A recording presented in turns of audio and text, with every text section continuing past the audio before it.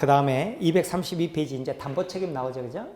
담보책임 나오는데 담보책임 되게 생소하잖아요. 용어 자체도 굉장히 생소하고 공인중개사가 담보책임을 적용할 수 있을 정도다 그러면 정말 실력 있는 공인중개사.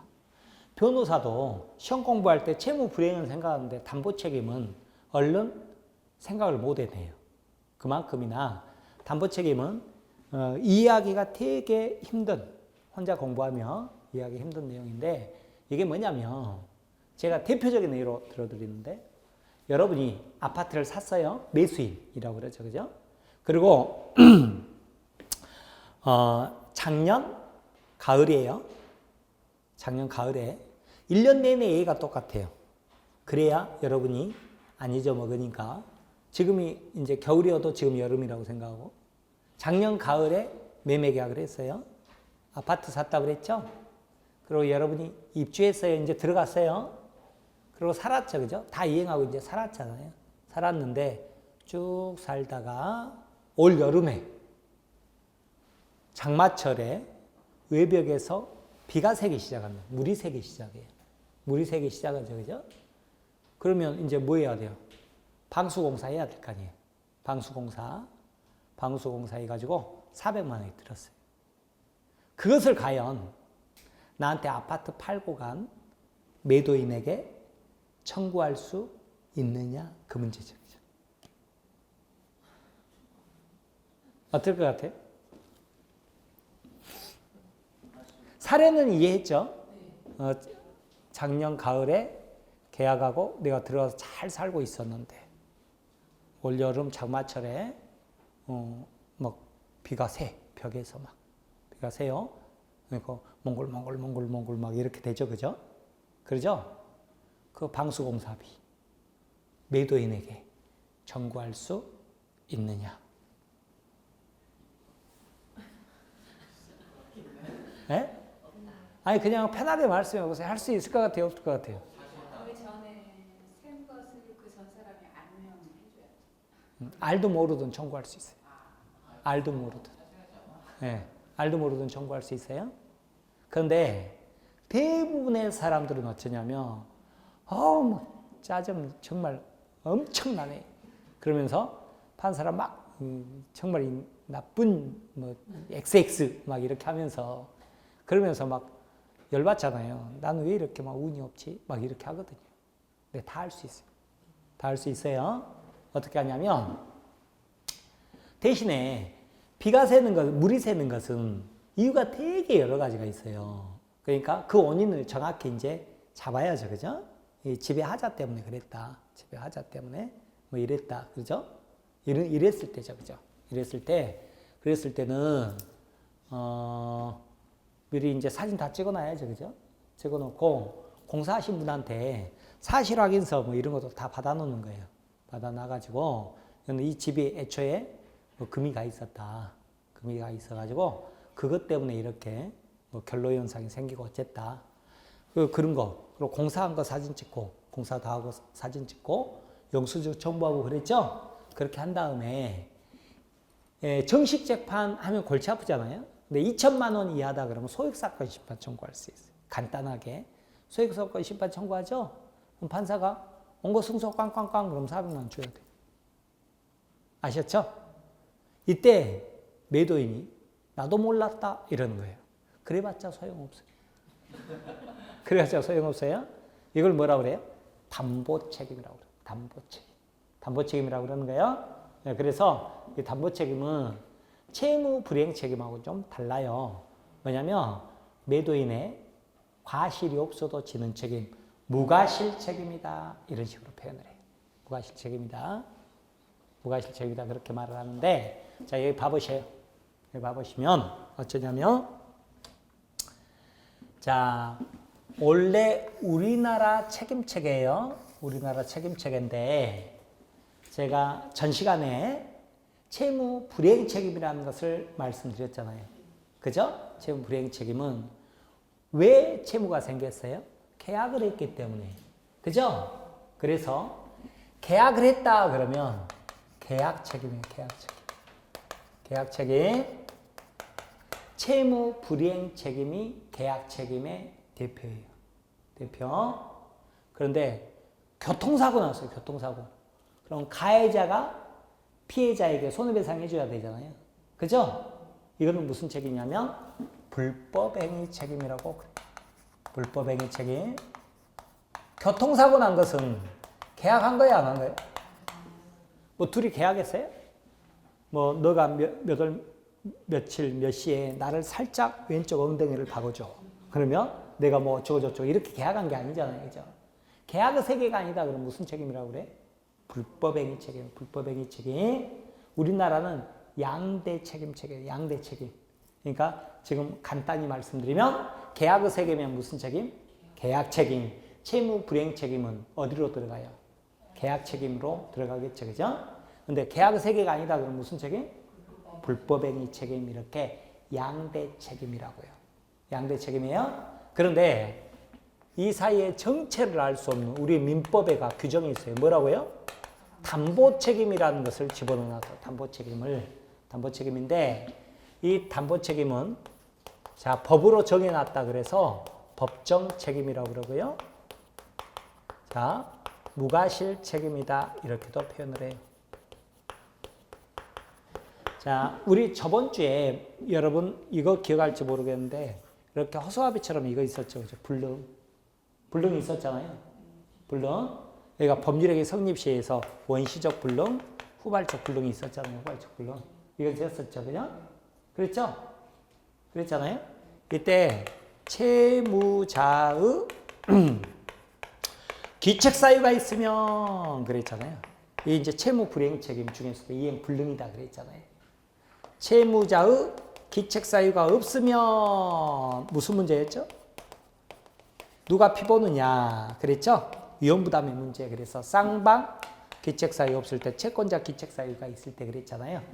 이 기책 있죠? 기책 사유 이것을 책임 있는 사유 이렇게도 표현하고 고의, 과실 이렇게도 표현을 해요.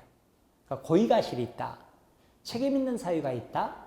기책 사유가 있다. 다 똑같은 말이에요. 고의가 뭐예요? 네? 자기가 일부러 그 뜻이잖아요. 그죠? 과실은 일부러는 안 했는데 실수로죠. 실수로죠. 실수로 자기 과실이 있는 거죠. 그죠? 그러니까 고의 과실이 있다. 일부러 했건 혹은 실수로 했건 그러잖아요. 그러니까 사람을 어떠세요? 일부러 죽였다 뭐예요? 살인죄 그래요. 살인죄. 네? 실수로 죽였다 그러면 뭐라고? 살인죄라고 안 해요. 과실, 치사 이런 식으로 표현하잖아요. 그러죠? 과실범, 고의범, 과실범 이러듯이 고의는 뭐라고요? 일부러, 억지로 죽여요. 일부러. 과실은 실수로. 그 뜻이에요. 고의 과실. 그런데 둘 다 고의 과실이 꼭 있어야 돼요. 고의 과실. 여기도 뭐예요? 채무 불이행 책임이었죠 이때? 채무 불이행에서는 뭐가 있어야 돼요? 채무자의 기책 사유가 있어야 된다. 고의 과실이. 고의 과실이 있어야 돼요. 고의 과실이 책임 있는 사유. 불법행위도 어때요? 가해자가 고의 과실이 있어야 되잖아요. 그죠? 그런데 담보 책임 뭐라고요? 과실이 없어도 고의 과실이 없어도 지는 책임이라고. 그러니까 나 몰랐는데 해봤자 소용없다. 아셨죠? 그렇게 되는 거예요. 자 그런데 100년이 지나도 청구할 수 있습니까? 이거죠. 그죠? 비가 새는데 100년이 지나도 청구할 수 있습니까? 이거잖아요. 안 돼요. 기간 제한이 있어요. 몇 개월이냐면 6개월이에요. 6개월. 6개월이 지나버리면 방수공사비 400만 원 청구 못합니다. 아셨죠? 그런데 아까 제가 뭐라고 그랬죠? 계약을 언제 했다고 그랬죠? 가을에. 그런데 올 여름에 빚했다고 그랬잖아요. 6개월 지나버렸죠. 그런데 청구할 수 제가 있다고 그랬죠. 왜 그럴까요? 그거죠. 그죠? 왜 그럴까요? 그랬더니 이것을 언제부터 기간을 계산하느냐? 기산점이라고 그러는데 이런 거 문제되면 여러분 좀 짜증내요. 그런데 실제 사례에서는 굉장히 중요해요. 6개월을 계산할 때는 계약 한 날로부터 6개월이 아니라 비가 샌 것을 안 날로부터 6개월. 이런 것들이 실제 사례에서는 굉장히 중요해요. 근데 우리 수험생들은 6개월만 눈에 먼저 보여요. 그게 정상이죠. 그죠? 나는 정상이다. 그래요. 이제 근데 공부를 하다 보면 이제 계약 한 날로부터 6개월인지, 예, 안 날로부터 6개월인지 이런 것들이 눈에 보이기 시작하는 거예요. 우리 법 뭐라고 돼 있겠어요? 안 날로부터 6개월. 그러니까 계약 안 날로부터는 6개월이 지났잖아요. 근데 비가 센 걸 안 날은 언제 알았어요? 여름 돼서 장마했을 때 그때 했겠죠, 그죠? 그러니까 그때 할 수 있는 거예요. 아셨죠? 그렇게 가는 거예요. 그러면 꼭 분명히 누군가 한 명은 질문을 합니다. 뭐라고? 그러면 입주한 지 3년 됐는데 올여름에 제가 알았다고 청구하면 될까요? 이렇게 물어보는 거예요. 판사가 받아줄까요? 안 받아줄까요? 안 받아주겠죠. 왜요? 작년 여름에는 그럼 비가 안 샜습니까? 이렇게 물어볼 거 아니에요. 그죠? 그죠? 그럼 작년 여름에도 샜는데요? 그러면 뭐예요? 안 날로부터 6개월이 지나버렸고, 그 다음에 작년 여름에 안 샜는데 올여름에 샜어요. 그러면 어떻게 돼요? 그러면 계약할 때는 아무 문제 없었네요? 이렇게 되잖아요. 그죠? 계약할 때는 하자가 없다가 자기가 매수하고 나서 금가기 시작한 거죠? 이건 매도인이 책임질 일이 없잖아요. 그러죠?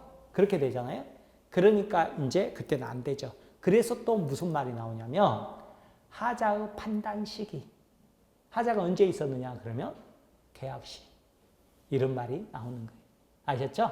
이런 것들이 바로 담보책임이라고. 담보책임. 근데 담보책임은 어디서도 한번 나왔죠? 여기서도 한번 나왔죠. 이렇게도 한 번 있었고, 이렇게도 한 번 있고, 여기도 있고, 이렇게 있었잖아요. 저번 주에 여기 나왔어요. 여기 뭐가 나왔어요? 수량 부족 일부 멸실. 이거 있었잖아요. 수량 부족 일부 멸실이 있었죠. 그죠? 자, 봐보세요. 계약했죠. 그죠? 법률행위 성립했잖아요. 법률행위 성립했죠. 어떻게 계약을 했냐면 평당 700만 원씩 100평 계약했다고요. 7억 원에. 그런데 나중에 측량해 보니까 90평밖에 안 나왔다. 제가 그때 저번 주에 그렇게 말씀드렸거든요. 그러면 10평이 부족했잖아요. 언제부터 부족했어요? 계약 체결 전부터 부족했죠. 전부터 부족했죠. 전부터 부족했으니까 원시적이잖아. 원시적이죠. 그런데 어때요? 원시적으로 일부가 부족했잖아요. 일부가 부족했잖아요. 일부 부족했죠. 그러잖아요. 그러면 아무튼 계약할 때 목적물 90평이라도 있었으니까 계약 자체는 유효해요. 근데 여러분이 매수인이라도 100평의 건물 지으려고 그랬는데 90평이어서 건물 짓지 못한다 그러면 계약 해지해야 될 테고, 만약에 90평인데 90평이라도 건물을 지었어요. 건물 지었죠? 목적 달성했거든요. 그런다고 그래서 가만히 있을 거예요? 그러면 뭐라고 해야 돼요? 10평 값 빼줘 이래야죠. 당연히. 그렇게 할 거예요? 안 할 거예요? 해야죠. 그죠? 그럼 법에서도 그렇게 할 수 있다고 정해져 있다. 다만 빼줘 이 말을 법률용어로 대금, 감액, 청구 이렇게 돼 있는 거죠. 대금, 감액 청구할 수 있다. 이렇게 돼 있다고요. 그러면 매도인은 어떻게 해줘야 돼요? 해제 당할 수도 있고 대금, 감액 해줘야 될 수도 있고 그렇게 되겠죠? 이것도 역시나 뭘로 돼 있다고요? 담보 책임의 일종으로 돼 있다. 하나로. 담보 책임의 일종으로 돼 있다. 그렇게 말씀드렸죠? 그렇죠? 이때 이제 매도인이 그러는 거죠. 매도인이 나도 100평인 줄 알았지. 나는 90평인 줄 나도 몰랐어. 나 아무 잘못 없어. 이러는 거예요. 그러더라도 뭐라고요? 네가 알든 모르든 상관없는데 그냥 10평값 빼줘 하면 빼줘야 된다고요. 왜요? 담보 책임은 무과실 책임이니까. 아셨죠? 그러면 담보 책임은 언제 담보 책임이 되는데요? 했더니 이제 법으로 정해놨다고요. 그죠? 이런 경우를 권리하자라고 그러고 아까 아파트 비가 센 것을 물건의 하자라고 그래요. 물건의 하자를 특히 하자 담보 책임 그러거든요. 그렇게 해가지고 쭉 이제 법으로 정해져 있어요. 나중에 여러분은 머릿속에 이게 들어가야 돼요. 근데 이게 머릿속에 들어갈까요? 안 들어갈까요? 당연히 안 들어가겠죠. 그죠? 그러면 보고 잊어먹고 반복하다가 시험장에서 이런 것은 시험 전날이 아니라 시험장에서 보는 거예요. 시험장에서 어떻게? 아니요. 10초도 한 거예요. 10초도. 나중에 제가 가르쳐드려요. 땅땅 따당 이렇게 보라고 가르쳐드려요. 땅땅 따당이 뭔데요? 지금 안 가르쳐드려요. 지금은 그 구체적 내용이 중요한 게 아니라 담보책임 용어를 들어봤고 담보책임이 어디에서 나왔고 이게 책임에서 뭐하고 비교되고 이런 개념과 용어가 중요하지. 담보책임 하나 이게 뭐냐면 잘못된 공부라고요. 그거 해봤자 우르르 다 무너지는 거예요. 무너지는 거. 근데 우리 수험생은 급해요. 마음이 급해가지고 11월 달부터 막 몽땅 막 조보기를 막 바래요. 막 엄청. 그리고 실제 주면 소화불량 걸릴 거면서 막 몽땅 주기를 바라거든요. 근데 그렇게 하시면 여러분한테 수험 공부로서는 별로 효과가 없어요. 그러니까 지금은 급하게 생각하지 마시고 영어에 그래서 이제 개념 이런 거구나. 실제 사례에서 이렇게 될 수 있겠구나. 공부를 하면 그렇게 알고 넘어가는 거예요. 아셨죠? 자, 그러면 자, 교재 한번 봐볼래요? 232페이지 담보책임 나오죠, 그죠? 아래 담보책임 개념 보면 매매 목적인 재산권에 하자가 생겼을 때 매도인 매수인에게 부담하는 책임 누구의 책임이냐면 매도인의 책임이에요. 매도인의 책임. 그러면 2번에 보세요. 하자 판단식이 나오잖아요. 그죠? 언제 금이 갔느냐 이거잖아요. 언제 금이 갔느냐. 언제 갔어야 돼요? 계약 성립 시. 계약 성립 시에 금이 갔느냐 이것을 본다고요. 3번 종류 보면 물건의 하자와 권리의 하자로 나눈다 그 말 나오잖아요.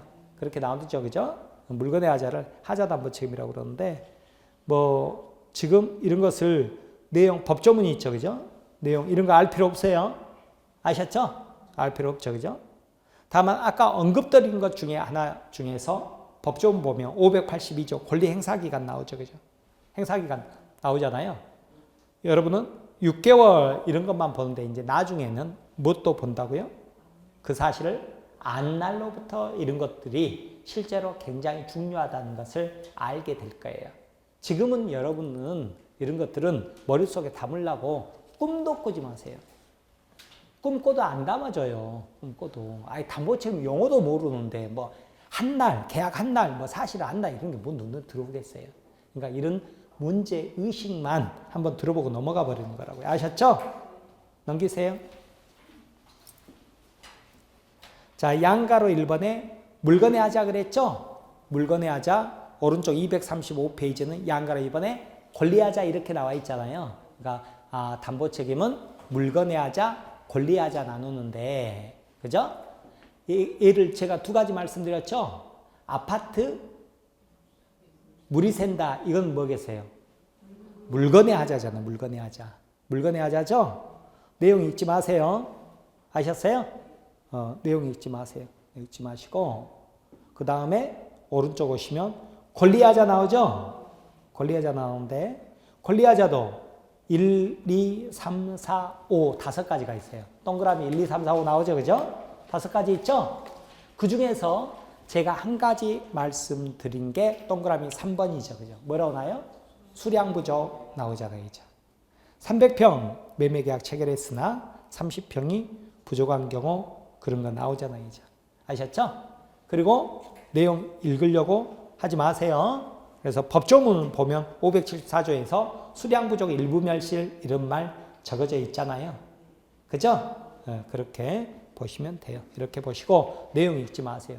지금 이런 거 세세한 거 본 거 아니에요. 공부 거꾸로 하면 안 되는 것이니까. 자, 이렇게 해서 우리는 담보 책임에 대해서 오늘 들어봤다. 책에만 한 번 듣고 치우는 거야. 이게 여러분 머릿속에 있을 리가 없어요. 근데 이것을 이야기를 듣고 나면 계속 관련된 부분에 나올 거예요. 우리나라 양대 책임. 제가 계약의 세계 아니에요? 이렇게 물어볼 거예요. 그러면 책임 봐보세요. 책임 나오면 법으로 정해졌다 그러면 어떻게 돼요? 담보 책임에 해당되면 다 담보 책임이겠죠? 일이 들어갈 거 아니에요. 그죠? 근데 여기 안 들어가요. 그러면 둘 중에 하나일 거 아니에요. 둘 중에 하나. 둘 중에 하나겠죠? 어떻게 해요? 계약의 세계다 그러면 계약 책임일 테고 채무 불이행 책임 대표적이라고 그랬죠? 계약의 세계가 아니다 그러면 무슨 책임이에요? 불법이행 책임. 이렇게 해야 여러분이 하나하나 암기를 안 하게 돼요. 근데 막 나올 때마다 막 불법행위 책임 막 별표 2개, 채무 불이행 책임 별표 2개, 또 여기 가서는 불법행위 책임 별표 2개 막 이래버리면 여러분이 절대 공부할 때는 색연필로 멋있게 막 칠해놨거든요. 막 현란하게 현란하게 막 보면 멋있어요. 막 무지개 색깔로. 나중에 형광펜으로 막 칠해놓고 그랬는데 시험 치면 점수가 안 나와요. 정리가 안 되기 때문에. 아셨죠? 그러니까 하나하나 이렇게 가고 잊어버리는 거 잊어버리는 거 좋은 거예요. 다 잊어버리란 말이에요. 편하죠, 그죠? 잊어버리려고 그러니까. 아셨죠? 네. 그래도 제가 뭐라 그랬어요? 콩나물에 물 주면 물 싹 빠져도 콩나물은 자라고 있다. 그것을 믿고 다 잊어버리는 거예요. 자, 그러면 237페이지 펴서 이제 뭐 나와요? 임대차 나오죠, 그죠? 임대차도 제가 저번 주에 전세권하고 비교 드릴 때 무슨 말씀을 드렸냐면, 자, 우리가 세 들어가는데 만약에 보증금만 준다. 이것을 전세라는 표현을 많이 쓰잖아요. 그죠?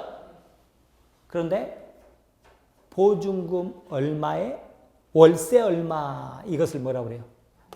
반전세 이런 용어 쓴다고 그랬죠. 보증금 없이 월세만 주는 거 이것을 월세 그랬죠. 그죠? 사골세 뭐 이런 표현도 써요. 법률 용어가 아니라. 그런데 뭐도 있다고 그래요? 아웃도어 매장? 깔세 있다고 그랬죠? 깔세. 보증금 없이 다만 월세 6개월치를 만약 6개월 임대차다 그러면 6개월치 한꺼번에 줘버린다. 그죠? 그러면 달달이 깐다고 그래서 깔세 뭐 이런 식으로 표현하는데, 자, 이건 법률 용어 아니라 그랬죠. 이것은 임대차일 수도 있고, 그죠? 임대차에 따른 임차권이죠. 임차권. 혹은 전세권일 수도 있다. 이렇게 표현했잖아요. 그죠? 자, 그런데 전세권일 때는 어떻게 양자를 구분하느냐? 그러면 임차권인지 전세권인지 이것을 어떻게 구분하느냐? 그럼 뭐 봐야 돼요?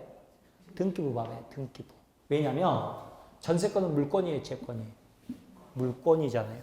물권이면 뭘 해야 돼요? 등기돼야 되거든요. 등기될 때 전세권 설정 등기돼 있어요? 아니면 임차권 설정 등기돼 있어요? 전세권이니까 전세권 설정 등기가 돼 있다니까요.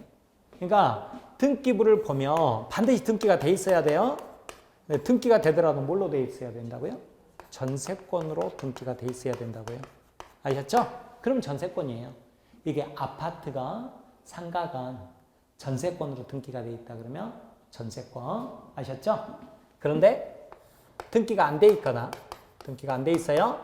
혹은 등기가 되더라도 뭘로 등기돼 있으면 임차권으로 등기돼 있어요. 임차권 설정 이렇게 돼 있잖아요. 임차권 설정 등기 돼 있죠? 등기가 되더라도 임차권으로 돼 있죠? 그럼 뭐예요? 임차권이에요. 임차권. 근데 보통 우리가 아파트 세 들어서 간다. 상가 빌렸다. 그럴 때 임대인들 있죠. 주인들, 임대인들이 등기해줘요? 안 해줘요? 안 해주잖아요. 그럼 다 뭐예요? 임차권이에요. 임차권. 임대차 계약에 따른 임차권이라고. 임차권. 아셨죠? 임대차 계약에 따라서 뭐가 나와요? 임차권이 나온다. 임차권. 아셨죠? 등기해준 경우 굉장히 드물죠. 그죠? 그런데 등기해준 경우도 있기는 있는데 현실에서 대표적인 애가 뭐라고 그랬어요? 은행 지점 그랬잖아요. 뭐 일주일 지나면 또 이렇게 기억해버려요. 제가 깜짝깜짝 놀래 그러는 거예요. 네. 은행 지점들은 보통 어떻게 돼요? 예, 등기하고 들어오고 등기하고 들어와 있어요. 왜 그러냐면 그냥 일반 뭐 라면 가게 한다, 아파트 얻는다, 전세권으로 등기해줘요. 그러면 집주인들 뭐라고 그래요? 안 해요. 그냥 가셔요. 그러죠. 왜요? 등기 안 하고 들어올 사람들 얼마든지 있으니까. 그런데 건물 주인, 여러분이 건물 주인이다. 근데 세입자가 국민은행에 들어온대요. 와, 좋아요, 나빠요? 좋죠, 그죠? 제가 건물 가치가 산다고 그랬잖아요. 그죠? 어디 이야기할 때, 무슨 너 그 국민은행 지점 있잖아. 그 건물 내 거야. 그래서 이렇게 하니까 좋잖아요. 이제 금방 말할 수 있으니까. 더군다나 장기로 와요. 그 다음에 은행은 전세금도 막 그렇게 까탈스럽게 깎고 안 그래요. 자기들이 돈이 있으니까 얼마든지 그냥 많이 듬뿍 준단 말이에요. 그래 들어오는데 대신에 뭐 해주라고 그래요? 전세권으로 등기해줘 그러거든요. 그러면 건물 주인 입장에서는 얼마든지요 이렇게 되죠. 그죠? 그러니까 이제 전세권 등기하는 경우가 많죠. 그죠? 아셨죠? 다르다. 어떻게 다르냐? 전세권은 물권이에요, 채권이에요? 물권이에요, 물권. 임차권은 채권이에요. 아셨죠? 왜 전세권은 물권이에요? 민법에가 물권이라고 정해놨으니까. 임차권은 왜 채권이에요? 물건이 아니니까. 안 정해져 있으면 채권이라. 아셨죠? 이거를 아는 게 굉장히 중요합니다. 왜냐하면 안 그러면 나중에 하나하나 암기해야 되는데 그게 아니라 물건의 본질로 공부해야 되고 채권의 본질로 공부를 해야 되는 거예요. 그러면 여러분 암기할 사항이 뚝 줄어요. 본질로 공부를 하니까. 아셨죠? 그러기 위해서 공부를 하는 거예요. 아셨어요? 자, 그러면 여기 한번 봐보셔요. 여기 봐보시면 어쩌냐면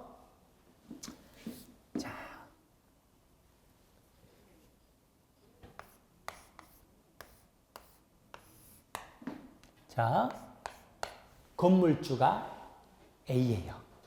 A예요. 그런데 1층하고 2층을 B가 빌리는 거예요. 빌리는 거예요. 빌립니다. 그런데 건물을 빌리잖아요. 건물을 빌리면 두 가지예요. 두 가지. 나중에 우리 차차 공부하겠습니다만 빌렸다 했죠. 빌렸다. 빌렸다도요. 자, 건물을 빌리는 거하고 토지를 빌리는 게 있잖아요. 그죠? 그러면 토지를 빌리면 지상권으로 빌릴 수 있고 지역권으로 빌릴 수 있고 전세권으로 빌릴 수 있고 임차권으로 빌릴 수 있어요. 계약자의 원칙이라고 그랬죠? 계약 당사자가 어떻게 계약하느냐에 따라서 우리는 지상권으로 빌리자, 지역권으로 빌리자, 전세권으로 빌리자, 임차권으로 빌리자 얼마든지 할 수 있다고요. 그런데 건물을 빌리잖아요. 그러면 지상권, 전세권은 없어요. 그냥 지상권, 지역권은 없다고요. 전세권 아니면 임차권이에요. 전세권 아니면 임차권. 이렇게 가는 거예요. 이렇게. 그러면 이제 반대로 말하면 지상권하고 지역권은 토지를 빌렸을 때만 나오는 권리구나. 이런 것을 오늘 공부하는 게 아니라 차차 공부하게 될 거예요. 차차. 그런데 전세권하고 지상권, 지역권은 뭐라고요? 물권이고, 물권이라고 그랬죠? 물권이고, 임차권은 뭐라고요? 채권이다. 그 말이죠. 그 차이죠. 그죠? 차이예요. 자, 봐보세요. 물권은 뭐라고 그랬죠? 등기를 해야 성립한다고 그랬죠? 근데 채권이요. 물권이 아니잖아요. 그죠? 등기 없어도 성립해요. 다만 등기하면 대항력이 생긴다 그러거든요. 그게 뭔 말인지 한번 봐보려고 하는 거예요. 자, 그러면 지금 건물을 빌렸잖아요. 건물을 빌렸죠? 건물을 빌렸으니까 뭐 아니면 뭐겠어요? 전세권 아니면 임차권이겠죠? 임차권일 것이다. 그랬잖아요. 왜? 여기서 이미 그렇게 설명을 드렸으니까. 그랬죠? 자, 그러면 이 사례로 이제 봅니다. 자, 그러면 우리는 법률행위를 하고 순서를 보면 어떻게 되어 있어요? 법률행위하고 그 다음 등기를 하게 되지 않습니까? 그죠? 법률행위 그럼 뭐 생각하라고 그랬어요? 계약 그러죠. 그죠? 계약. 그럼 이것은 무슨 계약이겠어요? 전세권 설정 계약. 여기는 임대차 계약. 이렇게 되는 거예요. 아셨죠? 계약서 쓰면 제목에다가 여러분이 그렇게 쓸 줄 아셔야 된다니까요. 전세권 설정 계약 이렇게 적을 줄 아셔야 돼요. 여기는 그냥 임대차 계약 이렇게 적어야 돼요. 아셨죠? 자, 그런데 그리고 나서 이제 등기하게 되잖아요. 등기하면 여기는 무슨 등기예요? 전세권 설정 등기, 등기부에가 그렇게 적어져요. 이제 등기법 공부할 때 공부하게 돼요. 여기는 등기가 되더라도 무슨 등기라고 그래요? 임차권 설정 등기 이렇게 등기부에 적어진다고요. 차츰차츰 여러분들이 그걸 공부하게 돼요. 그러면 전세권은 자, 2단계 있죠. 전세권 설정 계약한 단계. 이 단계에서 전세권 생겼어요, 안 생겼어요? 전세권 설정 계약했어요. 전세권 생겼어요, 안 생겼어요? 안 생겼다니까요. 전세권 언제 생긴다고 그랬어요? 등기했을 때 생긴다고 그랬죠. 물건이니까 등기했을 때 생긴다고 그랬죠. 그랬죠? 그래서 제가 매매에서는 뭐가 생기죠? 소유권이 생기잖아요. 소유권. 매매하면 소유권이 생기죠. 매수인이. 소유권도 물건이잖아요. 소유권 언제 생긴다고 그랬어요? 등기했을 때 그랬잖아요. 등기했을 때.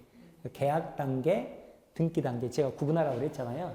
그러니까 전세권도 물건이잖아요. 그러니까 언제 생겨요? 계약했을 때 생긴 게 아니라 등기했을 때 생긴다고요. 아셨죠? 이때 전세권이 성립했다 그러는 거예요. 근데 임차권은요. 물권이 아니잖아요. 그죠? 임대차 계약하면 바로 생기는 거예요. 임대차 계약하면 약정한 날에 생겨요. 약정한 날에. 당사자끼리 약정한 날에. 임대차 기간 정하잖아요. 10월 1일부터 뭐 2년간 이렇게 정하죠. 그죠? 그럼 10월 1일 날 등기야 등기 없어도 생기는 거라고. 아셨죠? 등기 없어도요.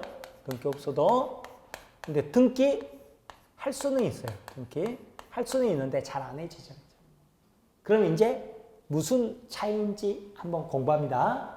자, 이제 공부하는데 여러분 전세권과 임차권, 물권과 채권이라고 그랬죠? 가장 큰 차이는 건물주인 A가 이 부동산을 C에게 팔았을 때 그 차이점이 극명하게 드러납니다. 여러분 A가 C에게 팔 때 세입자 B의 동의 필요해요? 필요 없어요? 필요 없죠. 필요 없이 얼마든지 팔아버릴 수 있죠. 그죠? 팔아버릴 수 있잖아요. 그래서 팔았어요. 팔았더니 C가 다음날 딱하니 나타났어요. 그래서 B 보고 뭐라고 그러냐면 당신은 나하고 계약 당사자가 아니다. 나가라 그랬을 때. 나가라. 그랬을 때 쫓겨나느냐 그 문제. B가 전세권자죠. 안 쫓겨납니다. 임차권자죠. 쫓겨납니다. 엄청난 차이죠. 엄청난 차이죠. 왜 그러냐면 물권과 채권의 본질적 차이입니다. 물권이라는 것은 채권에 비해서 강한 권리입니다. 강한 권리. 강한 권리라서 어쩌냐면 이 세상 누구에게나 주장할 수 있어요. 자기하고 계약을 맺은 당사자뿐만 아니라 이 세상 누구에게나 나는 전세권자다 주장할 수 있어요. 소유자도 마찬가지죠. 그죠? 내가 A로부터 매수했다. 그런다고 해서 A에게만 내가 소유권을 주장할 수 있는 게 아니라 이 세상 누구에게나 나는 내가 소유자야 주장할 수 있는 거예요. 마찬가지로 전세권도 물권이니까요. 자기하고 계약 당사자뿐만 아니라 이 세상 누구에게나 나는 전세권자, 물권자다 주장할 수 있는 거예요. 이제 반대로 말합니다. 반대로 말하면 그러면 이 세상 모든 사람들은 B가 물권자임을 알 수 있어야 될 거 아니에요. 그죠? 그러니까 어떻게 해놔야 돼요? 등기를 해놔야 돼요. 그래야 물권자로서 인정을 해주겠다. 그렇게 되는 거죠. 아셨죠? 다 등기를 해놔요. 등기를 해놔야 됩니다. 그러니까 C는 B 보고 나가라 할 수 있다 없다? 없어요. 나가라 못합니다. 나가라 그러면 B가 뭐라고 그래요? 웃기지 말고 등기부 봐라 임마 이렇게 되는 거예요. 그러고 나서 어때요? 자기는 등기부에 기재된 그 전세 기간이 있을 거 아니에요. 근데 그냥 살면 돼요. 살다가 나갈 때 전세금 반환 받아서 나가야 될 거 아니에요. 누구에게? A에게, C에게? C에게 받아 나가는 거예요. 신소유자에게 받아 나가는 거예요. 아셨죠? 왜요? 이 세상 누구에게나 주장할 수 있어요. 이게 물권이에요. 굉장히 강하죠. 이제 반대로 말해봅니다. C는요. 그러면 여러분이 C가 A로부터 매수하겠죠? 그럼 등기부 열람해볼 거야, 안 해볼 거야? 해보겠죠. 그러면 갑구이가 소유자 A라고 나오겠죠. 등기부상 소유자하고 매매계약해야 될 거 아니에요. 그죠? 그런데 울고 보니까 뭐가 나와요? 전세권 나오죠, 전세권. 그러면 여러분이 이제 각오해야죠. 전세권이 있네? 그럼 내가 못 쫓아내네? 그러면 기간 끝나고 이 사람 나갈 때도 내가 전세금을 돌려줘야 되네? 골치 아프네? 매매계약 안 해버리든지 한다고 그러면 이게 10억짜리예요? 10억짜리인데 전세금이 3억이 있어요. 그럼 내가 3억 돌려줘야 될 거 아니에요. 그러니까 얼마에 사야 되겠어요? 7억에 사야죠. 내가 3억 돌려줘야 되니까. 아셨죠? 그렇게 문제가 해결이 됐단 말이에요. 아셨어요? 이게 물권의 여력이죠. 자, 그런데 자, C가 나가라 그럴 때 B가 임차권자죠. 그럼 쫓겨나는 거예요. 왜냐? 채권이니까. 채권은 약한 권리예요. 그래서 누구에게만 주장할 수 있냐면 자기하고 계약을 한 사람에게만 주장할 수 있어요. 다른 사람에게는 주장을 못해요. 그러니까 반대로 말하면 굳이 등기를 해서 이 세상 누군가에게 자기가 임차권자라는 것을 보여줄 필요가 없어요. 당사자끼리는 뻔히 알고 있을 테니까. 아셨죠? 그러니까 등기가 없어도 어때요? 임차권은 성립하는 거예요. 아셨죠? 다만 자기하고 계약을 맺은 당사자에게만 주장할 수 있으니까 다른 사람 주장 못 하거든요. 소유자 나가 그럼 쫓겨나는 거예요. 쫓겨나는 거예요. 보증금 받고 보증금 못 받고 쫓겨나는 못 받고 쫓겨나는 거예요. 그럼 이제 못 받고 쫓겨난 B는 이제 어떻게 해야 돼요? A 찾아 산말리. A 찾아서 뭐예요? 보증금 반환 소송 플러스 뭐예요? 채무 불이행을 이유로 손해배상 이렇게 가야죠, 그죠? 그렇게 가야지 다른 사람에게는 못 하는 거예요. 보증금 못 받고 쫓겨나는 거예요. 막 그럴 때 지금 막 혼란스러워 죽겠죠? 그 이야기 조금 더 해드릴 거예요. 자, 그런데 그렇게 쫓겨나기 싫다. 그럼 뭘 해놔야 돼요? 등기를 해놔야 돼요. 등기를 하면 뭐가 생기냐면 대항력이 생긴다 그러거든요. 대항력. 이 대항력이 생긴다는 의미가 뭐냐? 두 가지예요. 첫 번째, 안 쫓겨난다. 두 번째, 신소유자에게 누구죠? 새로운 소유자. 신소유자 누구? C. 신소유자에게 보증금 반환 청구할 수 있다. 이 말이라고. 아셨죠? 보증금 반환 청구할 수 있어요. 그러니까 이제 뭐하고 비슷해지죠? 전세권하고 비슷해지죠. 그냥. 채권이 물권이 될 수는 없어요. 근데 물권과 비슷해진다. 그런 거예요. 그래서 뭐예요? 물권화 이렇게 표현을 해요. 그래서 만약 등기가 돼 있으면 이제 어때요? 내내 살다가 나갈 때도 신소유자 누구에게? C에게 보증금 반환받아서 나가면 되는 거예요. 그러면 이제 다시 C 입장에서는요. 자, 계약할 때 소유자 A하고 매매 계약했죠? 근데 등기부에가 임차권 안 나타나 있을 거 아니에요. 뭐 관심도 없어요. 왜요? 가서 임차인이 있으면 나가 그래 버리면 되니까. 그죠? 근데 만약 임차권이 등기가 돼 있죠. 등기가 돼 있으면 또 이거 안 되네. 내가 못 쫓아내고 기간 끝나고 나갈 때 내가 보증금 반환이 줘야 되네. 이 생각을 하셔야 된다. 아셨죠? 계약을 안 하든지 계약을 하면 어떻게 해야 돼요? 보증금만큼 빼고 매매 가격을 정해야 되겠죠? 이런 식으로 이해관계가 조절이 되는 거예요. 자, 그런데 현실에서 임대인들이 등기해줘야 안 해줘요? 안 해주잖아요. 보통 안 해주죠. 그죠? 안 해주니까 어때요? 쫓겨났겠죠? 보통 등기 안 돼 있잖아요. 전세권은 은행 지점들 아니면 거기 없고 임차권인데 대부분 등기 안 된 임차권이란 말이에요. 그러니까 나가 그러면 어때요? 쫓겨났단 말이에요. 보증금 받고 못 받고 그죠? 이렇게 됐던 거예요. 근데 특히 문제 됐던 게 이게 주택일 때 더더욱이나 더 문제가 됐던 거예요. 주택일 때 옛날 집주인이 팔고 야반도주 해버렸더니 새로운 집주인이 나타나가지고 너 나가 그래버리면 보증도 못 받고 바로 쫓겨나잖아요. 쫓겨났는데 당장 어디를 가겠어요, 그죠? 그러니까 집 앞에다 가지도 쌓아놓고 막 이렇게 있었어요. 그러면 80년대 초만 해도요, 9시 뉴스에 나와요. 카메라 출동 해가지고 왜 이렇게 계십니까? 그러면 뭐 이러이러 해가지고 쫓겨났습니다. 그런데 뭐 갈 곳이 없습니다. 막 이렇게 그러면 막 이래서야 되겠습니까? 빰빠밤 뭐 카메라 출동 누구였습니다. 막 이런 게 그죠? 좀 연식이 되신 분들은 기억이 날지 모르는데 80년 초만 해도요 9시 뉴스에 이게 꽤 자주 나왔어요. 그래서 안 되겠다. 세입자를 보호하자 해서 특별법을 만든 거예요. 그게 뭐냐면 주택임대차 보호법. 83년도에 만듭니다. 주택임대차 보호법. 그래서 이제 무슨 법을 만들었다고요? 주택임대차 보호법을 만든 거예요. 그래서 주택임대차 보호법을 제가 주임법이라고 표현을 합니다. 주임법 줄여서 자 주임법은요 누구를 보호하기 위해서 만들었겠어요? 임차인을 보호하기 위해서 법을 만들었겠죠, 그죠? 그럼 임차인을 보호하려면 어떻게 해줘야 되겠어요? 등기가 없어도 안 쫓겨나고 기간 끝나고 나갈 때 신소유자에게 보증금 반환 청구할 수 있게 해줘야 되겠죠. 어떻게 등기야 등기 없어도? 등기 없어도. 그러면 원래 등기는 제가 뭐라고 그랬죠? 저번 주에 공동신청이라고 그랬잖아요. 그러니까 집주인이 안 해줘 못 하는 거잖아요. 그러면 이제 혼자 할 수 있는 거 있죠. 집주인이 안 해줘도 혼자 할 수 있는 거. 어떻게? 열세 받고 이것을 인도받아 점유한다고 그래요. 열세 받잖아요. 열세 받고 집 넣어놓고 그리고 뭐 하는 거예요? 주민등록만 하는 거예요. 주민등록 옮겨 놓는 거예요. 주민등록 전입신고 있잖아요.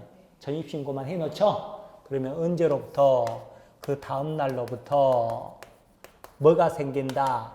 대항력이 생긴다. 이렇게 나와요. 특별법에가. 대항력이 뭐예요? 대항력. 어디서 들어봤어요? 바로 왼쪽에서 들어봤죠? 대항력이 무슨 뜻이라고 그랬어요? 첫 번째, 안 쫓겨난다. 두 번째, 기간 끝나고 나갈 때 신소유자에게 보증금 반환받아서 나갈 수 있다. 이 뜻이라고. 아셨죠? 뭔 말하며? 인도 플러스 주민도. 이건 집주인이 안 해줘도 자기가 할 수 있잖아요.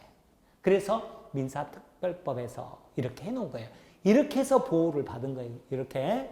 아셨죠? 거기다가 자, 더 나가서 인도의 주민등록에 계약서에다 확정일자 받는다고 들어보셨어요? 확정일자 받죠. 어디 가서 받아요? 동사무소 가서 받죠. 그러면 계약서 들고 가, 임대차 계약서 들고 가죠. 확정일자 받으러 왔는데요. 그러면 거기다 도장, 동그란 도장 꽝 찍어주죠. 그죠? 몇 월 며칠 하고 그 자기들이 이제 장부에다가 확정일자 부라고 해서 주소 적고 이렇게 해서 언제 확정일자 받았다 이렇게 적잖아요. 이거 확정일자죠. 그죠? 이 확정일자는 대항력하고 관계없어요. 대항력하고 관계없고 여기는 확정일자뿐만 아니라 인도의 주민등록까지 다 받아야 돼요. 플러스 확정일자요. 그럼 우선 변제권이 있다. 그럼 우선 변제권. 자, 이것은 뭔 말이냐면 우선 변제권은 자, 기간 끝나는데 보증금 안 돌려줘 버려요. 안 돌려줘 버리죠? 그러면 임차인은 자기가 세입자로서 살던 집 있죠. 경매 넘겨버릴 수 있어요. 법원 가서 경매 신청해 버릴 수 있다고요. 경매 신청하면 누군가가 경매 받아갔겠죠? 그러면 그 경매 받을 때 돈 있을 거 아니에요, 돈. 그 법원에 줘야죠. 돈. 그 돈 가지고 법원이요. 채권자들한테 돈을 나눠주는 거예요. 이걸 배당이라고 그래요, 배당. 배당 절차에 가서 다른 채권자보다 자기가 먼저 받을 수 있는 권리. 이것을 우선 변제권 이렇게 표현을 하는 거예요. 우선 변제권. 이렇게 영어만으로 하는 거예요. 우선 변제권. 자, 그런데 이렇게 해서 세입자를 보호했는데 문제는 주택만 보호했어요. 상가는 보호를 안 했어요. 상가는 보호를 안 했다고. 그러니까 주택 그러면 뭐 있어요? 아파트, 그 다음에 연립주택, 다세대주택, 이게 공동주택이죠? 그리고 다가구 이것도 단독주택이에요. 단독주택이든 공동주택이건 주택만 보호돼 있지. 상가는 보호는 안 됐다고요. 상가는. 그러니까 라면 가게 한다고 상가 얻었던 분들 있죠? 이분들은 계속 신소유자가 나가 그러면 다 쫓겨났었어요. 아셨죠? 그러고 났더니 이제 문제가 뭐가 있었냐면 슈퍼마켓 하는데 안에서 살림하고 사는 사람들 있죠. 세입자인데 슈퍼마켓을 해요. 상가죠. 근데 안에 들어가 보니까 살림하고 살아요. 주택이죠. 그러면 이게 이제 주택이냐 상가냐가 굉장히 큰 문제였겠죠. 왜요?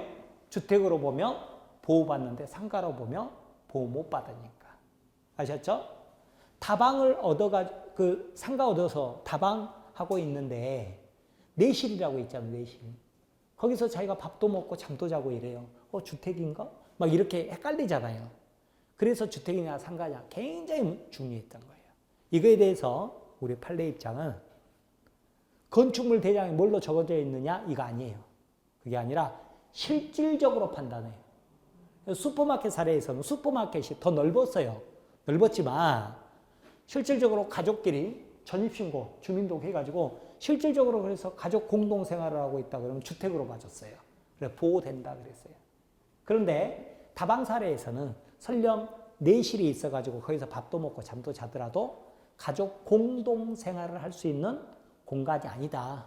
이건 상가다. 그래서 보호를 안 해줬어요. 그래서 상가는 이제 계속 어때요? 쫓겨나요. 이게 이제 83년 정도에 만들어졌다고 그랬죠?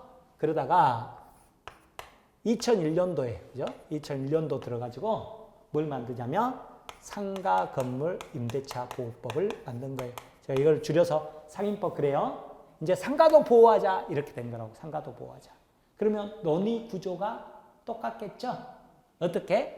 자, 상가 임차인은 인도받고, 그죠? 열쇠 받아야 된다. 열쇠 받고 자기가 점유를 해야 돼요. 그 다음에 상가니까 주민등록이 아닐 거 아니에요. 세무서 가서 뭐 하는 거예요? 사업자 등록을 내야 됩니다. 사업자 등록 내는 거예요. 사업자 등록 낼 때 이제 이 임대차 계약서도 들고 가야 돼요. 세무서 가는 거예요. 아셨죠? 여기는 동사무소 가고 여기는 세무서 가는 거예요. 세무서 가서 사업자 등록만 하면 뭐가 생겨요? 대항력이 생긴다. 이렇게 간 거예요. 이렇게. 아셨죠? 대항력 생긴다는 의미가 뭐예요? 안 쫓겨난다. 신소유자에게 보증금 반환 청구한다. 이 뜻이라고. 아셨어요? 그리고 나서 또 똑같아요. 인도의 사업자 등록에 뭐까지 받으며? 확정일자까지 받으며. 여기 확정일자는 어디 가서 받는지 아세요? 이것도 세무서 가서 받습니다. 여기서는 동사무소지만 여기는 세무서 가서 받아요. 그래서 인도의 사업자 등록까지 받으면 뭐가 생겨요? 다른 채권자보다 배당 절차에 참가해서 우선 변제받을 수 있다. 이렇게 해가지고 보호하기 시작한 거예요. 아셨죠? 자, 이렇게 되는데 다만 여기는요. 주임법은 금액 제한이 없어요. 여기는 자기가 아파트 100억 보증금으로 들어가도 어때요? 주임법이 다 적용받아요. 그런데 상가는 금액 제한이 있어요. 금액 제한이 있어서 시험에 나오면 서울만 나올 거예요. 그래서 서울이 얼마냐면 서울이 4억이에요. 4억. 환산보증. 4억입니다. 근데 이제 4억을 계산할 때 어떻게 계산하냐면 예를 들어서 보증금 1억에 월세 300만 원 이렇게 가잖아요. 그러면 상임법 적용 받을까요? 못 받을까요? 이거 계산할 줄 아세요? 자, 이건 어떻게 되냐면 1억이죠. 그죠? 1억 플러스 월세 있잖아요. 월세는 무조건 얼마를 곱해주는지 아세요? 100을 곱해줘요. 100을 곱해줘요? 그럼 얼마예요? 3억이에요. 3억이죠? 그러면 보증금 1억 플러스 3억 하면 얼마예요? 4억이죠? 이것을 환산보증금이라고 그래요. 환산보증금 4억까지죠? 서울이죠? 강남역 앞에 이렇게 얻었단 말이에요. 상임법 적용돼요? 안 돼요? 적용된다. 아셨죠? 4억까지니까. 그런데 보증금 1억에 월세가 350만 원이다. 그래버리죠? 그럼 어때요? 1억에 플러스 350만 원 곱하기 무조건 100이에요. 100 하면 얼마 나와요? 4억 5천 나오잖아. 4억 5천. 서울인데 4억 초과해버리죠? 그럼 상임법 적용 받아요? 못 받아요? 못 받는다니까요. 서울은 4억까지만, 4억까지만 된대요. 4억까지만. 서울은 4억까지만. 아셨죠? 과밀억제권역은 뭐 3억까지만 뭐 이런 식으로. 아셨죠? 법으로 이렇게 정해놨어요. 법으로. 뭐 저기 용인 안산 막 이런 데 있죠? 막 이런 데는 또 저 2억 8천까지 막 이런 식으로. 기타 지역은 뭐 1억 4천까지 막 이런 식으로 정해놨단 말이에요. 아셨죠? 근데 그것을 뭐 여러분이 뭐 도시 하나하나 다 암기할 필요 없잖아요. 도시 하나하나 다 암기할 거예요? 안 할 거예요? 할 필요가 없어요, 그것을. 왜요? 실무에서는 책상에다 이렇게 딱 붙여놓으면 되는 거고, 시험 칠 때는 나와봤자 서울만 나오지 어디를 내겠어요? 네? 저 강원도 뭐 태백 그랬더니 난 태백이 어디 있는지 모르는데요? 이럴 걸 수도 있는데 나오면 서울밖에 안 나온다니까요. 그러니까 서울이 얼마다? 4억이다 이렇게. 아셨죠? 이렇게 알아두시라고. 알아두셔요. 자, 그러면 이제 봐보죠. 어쩌냐면 여러분 봐보세요.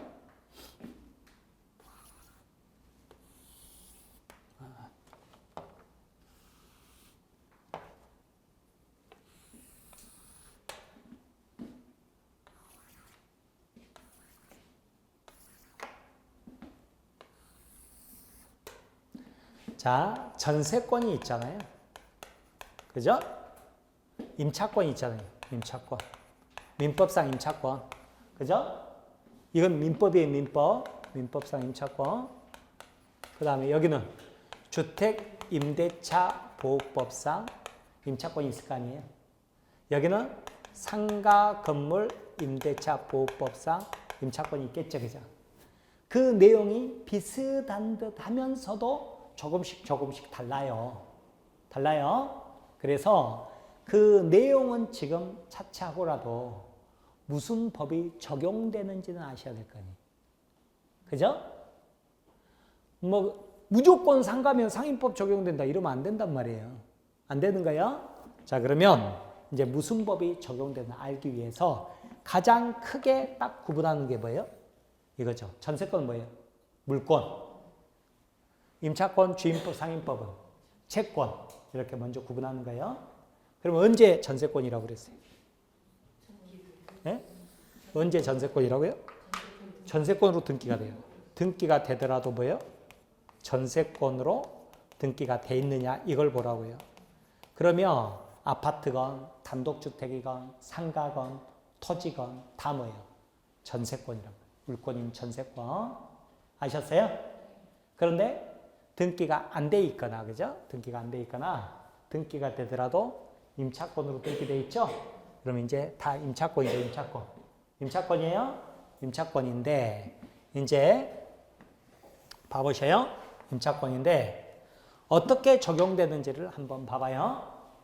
자, 임차권이에요. 임차권이에요. 근데 목적물이 주택이에요, 주택. 주택이죠? 공동주택이건 단독주택이건 주택이잖아요. 주택이다 그러면 100%예요, 100%. 100% 뭘로 가는 거예요? 주임법으로 가요, 주임법. 민법상 임차권으로 가면 안 된다고요. 100%다 주임법이에요, 주임법. 아셨죠? 근데 상가잖아요, 상가. 상가죠? 상가면 금액 제한이 있다고요. 얼마? 서울이면 4억까지만. 아셨죠? 4억까지만이에요. 근데 플러스 영업용이어야 돼요. 사업자 등록이 나오는 영업용이어야 돼요. 그러니까 상가를 빌리는데 4억이에요, 4억. 임차권 보증금 4억이에요. 그런데 교회예요, 교회. 교회는 사업자 등록 나와야 안 나요? 안 나와요, 종교단체니까. 영업용이 아니잖아요. 그때는 상인법 적용 안 돼요. 상인법 적용 안 돼요. 그럼 어디로 가요? 민법상 임차권으로 가야 돼요. 자, 그러면 영업용이라도 상가죠, 그죠? 상가인데 뭐예요? 금액이 법에서 정한 금액 초과하는 경우 있죠? 초과하거나 초과하지 않더라도 비영업용일 때. 비영업용이죠? 비영업용. 뭐 동창회관으로 쓴다, 교회로 쓴다 그러잖아요. 그럼 다 뭘로 가요? 민법상 임대차가 적용이 돼야 된다. 맨 처음에 이 길을 잘 아셔야 된다니까요. 무슨 법이 적용되는지를. 그래야 여러분들이 하나하나 차곡차곡 쌓아가요. 근데 우리 공인중개사 공부하시는 분들이 어찌냐면 전세권 자 앞에서 나와요. 앞에서. 한참 있다 임차권 나와요. 봐요. 그리고 또 한참 있다 주임법 나와요. 상인법 비슷한 것 같으면서도 달라요. 비교하면서 공부하지 않았기 때문에 뭐 이건가 저건가 이렇게 돼요. 그리고 뭔 법이 적용되는지도 몰라요. 적용되는지 모르고 전세권 보면서 아, 나 아파트 전세 사는데 이 생각하면서 보고 있고 그러니 백날 공부해도 점수가 안 나오는 거죠. 안 나오는 거죠. 그러니까 지금은 세세한 게 중요한 게 아니라 이렇게 구분하는 게 중요하다. 구분하는. 이렇게 구분할 수 있겠어요?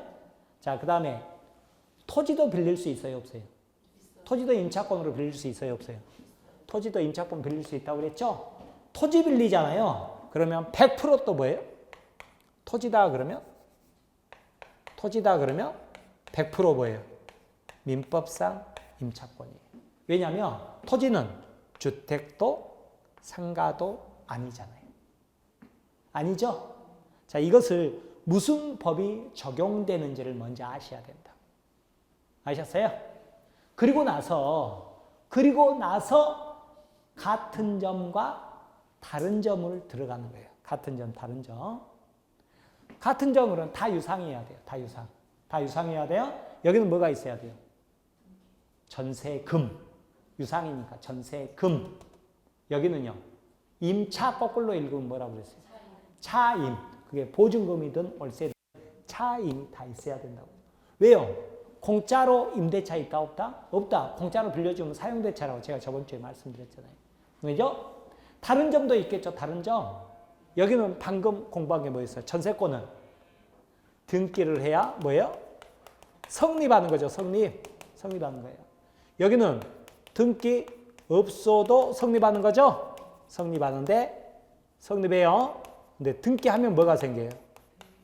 대항력이 생긴다. 이렇게 공부했잖아요. 그랬죠, 그죠? 그렇죠? 여기는 뭐예요? 등기해야 대항력이 생기는 게 아니라 인도 플러스 주민등록으로 대항력이 생겼죠, 그죠?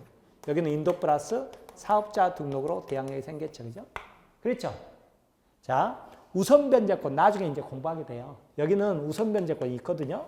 여기는 우선 변제권이라는 게 없어요. 근데 여기는 어때요? 또 인도의 주민등록에 확정일자를 갖추면 우선 변제권이 있다. 이렇게. 여기는 인도의 사업자 등록에 확정일자를 갖추면 우선 변제권이 있다. 뭐 이렇게 다른 거예요. 달라요. 또 뭐 나중에 또 공부합니다만 또 임차권이라도요. 여러분이 지금 보증금 1억에 월세 300만 원에 여기 강남역 앞에서 삼계탕집 하잖아요. 삼계탕집 하죠? 그럼 어쩌냐면 보증금 안 돌려주잖아요. 그럼 경매 신청할 수 있다고 그랬죠. 경매 신청할 때 계속 영업하면서 경매 신청할 수 있어요. 여기는 그런데 1억에 월세 350만 원이죠. 350만 원이잖아요. 그러면 보증금 안 돌려주죠. 경매 신청할 때 계속 영업하면서 경매 신청 못 해요. 열쇠 넘겨줘야 돼요. 열쇠 넘겨줘야 경매 신청할 수 있어요. 얼마나 불리해요. 그죠? 그러니까 무슨 법이 적용되는지에 따라서 차이가 굉장히 큰 거예요. 아셨죠? 그런데 지금 이것을 구분할 줄도 모르면서 이 내용부터 막 공부하려고 하거든요. 절대로 쌓이지를 않아요. 그래서 여러분은 먼저 자, 전세권, 민법상 임차권, 주임법, 상임법. 그래서 뭐가 지금 중요하냐면 이 아래가 중요한 거예요. 이 아래가 중요한 거예요. 언제 무슨 법이 적용되느냐. 아셨죠? 다시 말씀드려요. 건물이건 토지건, 건물이더라도 주택이건 상가건 전세권 등기가 돼 있다. 다 전세권. 아셨죠?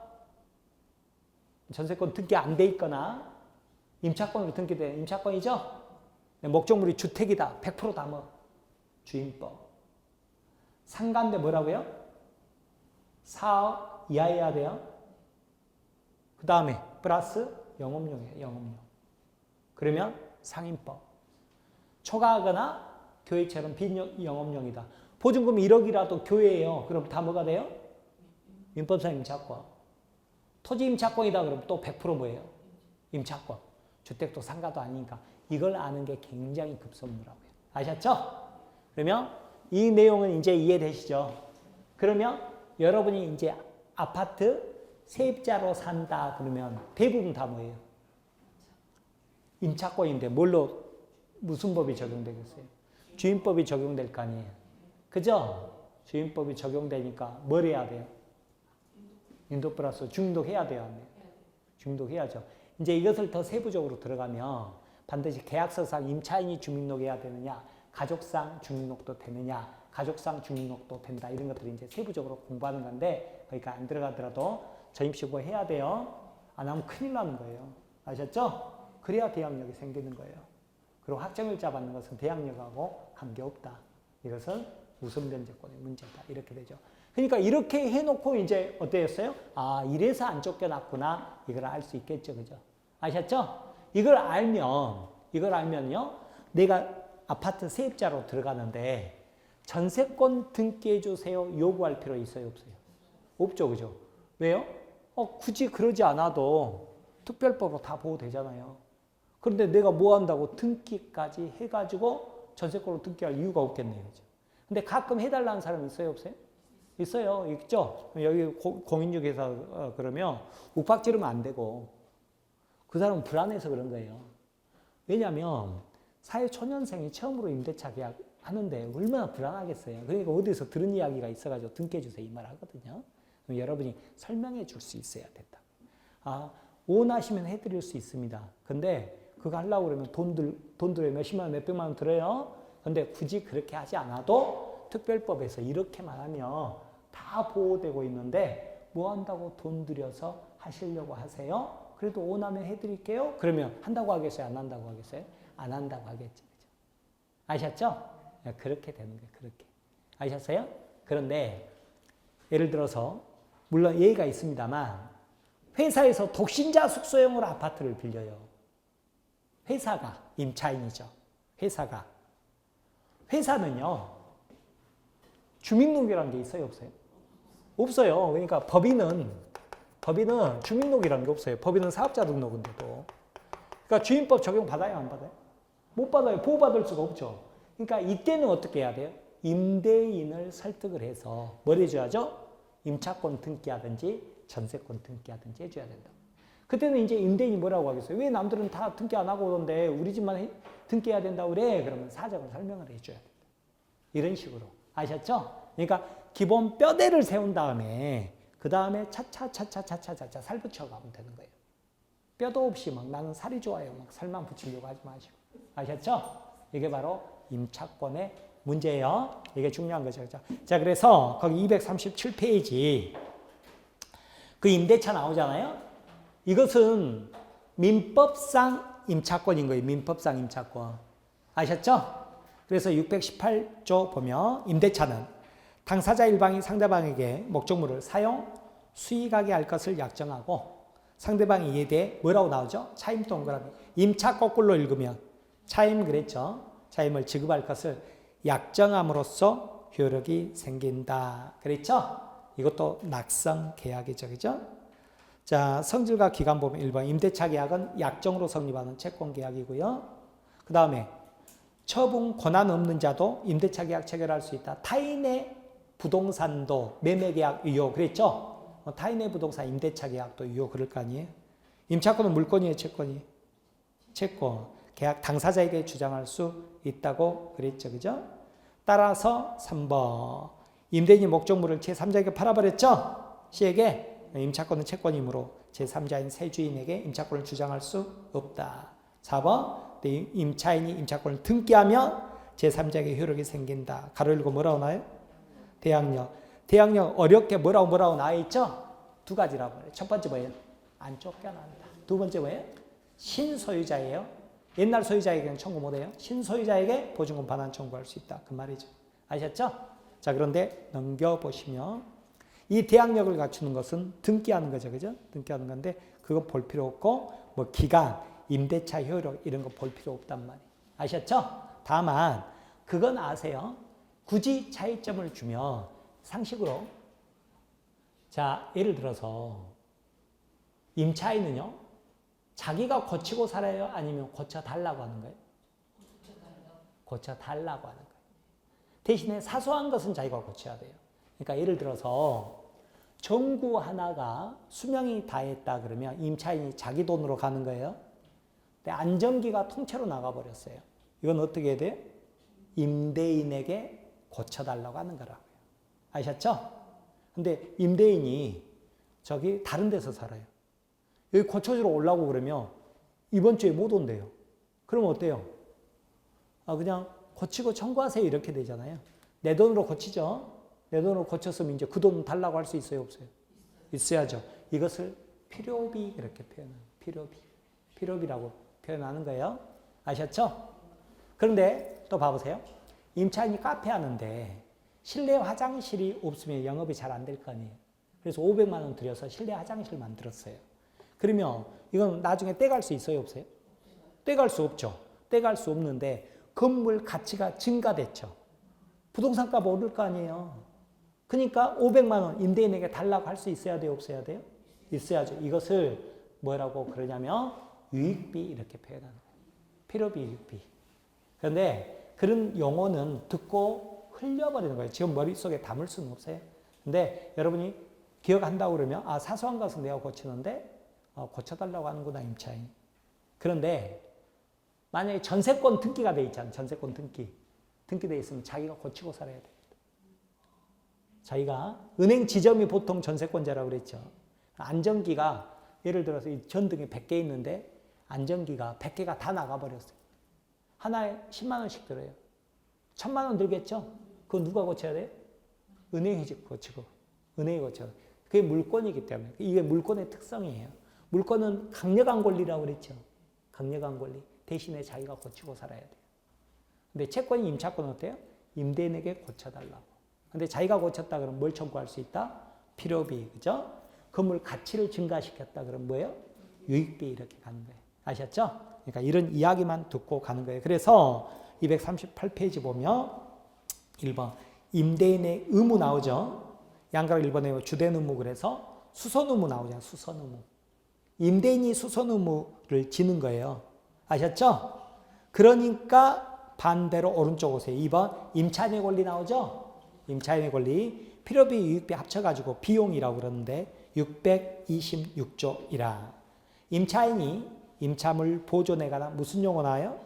필요비 지출했죠? 필요비는 즉시 임대인에게 상한 청구할 수 있다. 이야 임차인이 유익비 그럼 뭐 생각한다?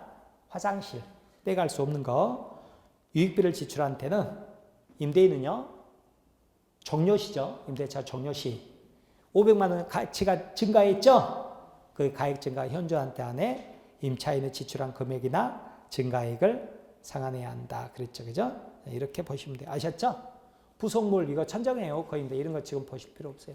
아셨죠? 그 다음에 뭐 지상물 이런 것도 지금 보실 필요 없어요. 자 그렇게 봅니다. 자 나머지 뭐 박스다버 양도 전대차 이런 것을 지금 보면 머리 아픈 거. 자 하나만 더요. 244페이지 보세요. 이제 주택임대차 보호법 나오죠? 거기 보시면 박스 1번에 적용 범위 나오는데 이죠. 적용 범위 뭐나요? 이 법은 주거용 건물, 주택, 전부 일부 임대차에 관해서 적용하죠. 주택이다 그러면 100% 다 주임법이라고 그랬잖아요. 아래 3조 보세요. 대항력 나오죠. 그죠? 뭐라고 나와요? 임대차는 그 등기가 없는 경우에도 임차인이 인도와 주임록을 마친 때는 언제로부터? 다음 날로부터 무슨 용어가 나오죠? 제3자에 대하여 효력이 생긴다. 이걸 뭐라고 그래요? 대항력. 아셨죠? 대항력. 이 경우 전입신고한테 주임록이 된 것으로 본다 그랬죠. 그죠? 됐죠? 그렇게 보세요. 넘겨보세요. 246페이지. 1번 우선변제권이라는 용어 나오죠? 3조 2 우선변제권. 대항요건과 인도 플러스 주민록의 대항요건이잖아요. 플러스 뭐가 나와요? 확정일자를 갖춘 임차인은 그랬죠? 민사집행법에 따른 경매, 국세징수법에 따른 공매할 때 임차주택 환가대금에서 후순위 권리자나 그 바깥 채권자보다 우선해서 보증금을 변제받을 권리가 있다. 우선변제권 그러는 거죠. 나머지 보지 마세요. 머리 아파요? 자 넘겨보세요. 249페이지. 상가건물 임대차 보호법 나오죠? 찾았어요? 249페이지 2조 적용범위 나오죠. 그죠? 이 법은 상가건물 임대차에 대해서 적용하는데 다만 주임법과 달리 뭐가 있어요? 대통령령으로 정하는 보증금액을 초과하는 임대차에 대해서는 그러하지 않는다. 그 말 나오잖아요. 그죠? 그래서 서울은 얼마까지? 4억까지 그러는 거예요. 아래 보세요. 대항력 제3조 나오죠. 그죠? 1항 임대차는 그 등기가 없는 경우에도 임차인이 인도와 부가가치세법, 소득세법, 법인세법에 따른 사업자 등록이죠. 사업자 등록 신청하면 언제로부터? 다음 날로부터 제3자에 대해서 효력이 생긴다 그랬죠? 자, 이렇게 보시고요. 넘겨보세요. 250페이지. 양가로 1번에 우선변제권 5조 나오죠. 5조. 똑같아요. 논의 구조가. 대항요건 갖추고 플러스 인도 플러스 사업자 등록 갖추고 플러스 세무서장으로부터 확정일자 받은 임차인은 그랬죠. 그죠?